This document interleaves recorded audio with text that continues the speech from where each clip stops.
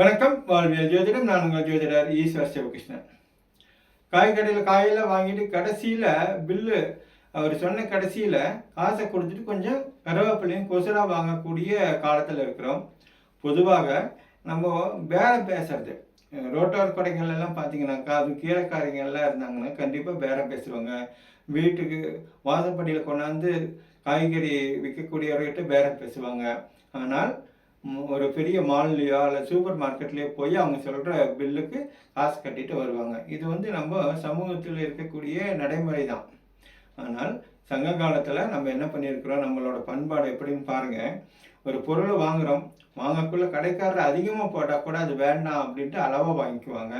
அதே போல் பொருளை விற்பவரும் என்ன பண்ணுவார்னாக்கா, எடை குறைவே தரமாட்டார், சரியான அளவில் நம்மளுக்கு தருவாங்க. பொதுவாக இது பட்டினப்பாளையில் இருக்கக்கூடிய செய்தி. அந்த ஒரு வரியை மட்டும் உங்களுக்கு சொல்கிறேன். கொள்வோரும் மிகை கொள்ளாது, கொடுப்போரும் குறை கொடாது அப்படின்னு சொல்லக்கூடிய வரி. எந்த மாதிரியான பண்பாட்டோட நீட்சி நம்ம இதை ஆத்திச்சூடிக்கு எடுக்கிறோம். அக்கம் சுருக்கேல் அப்படின்றது ஆத்திச்சூடியோட ஒரு வரி. இதில் அக்கம்னாக்க தானியம், தானியத்தை குறைவாக கொடுக்கக்கூடாது அப்படின்றது.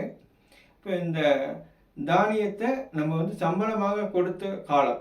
அவை பாட்டியார் இந்த ஆத்திச்சூடி எழுதுக்குள்ள காசாக இல்லாமல் ஒரு தோட்டத்தில் வேலை செஞ்சவங்களுக்கு அந்த தோட்டத்தில் வந்த தானியத்தையே அவங்க கூலியாக அளந்து தரக்கூடியது. அதனால தான் அந்த அளவை குறைக்கக்கூடாது அப்படின்னு சொல்லியிருக்கிறாங்க. அதை இந்த காலத்துக்கு நம்ம வாழ்வியல்லையும் கடைபிடிக்கணும்.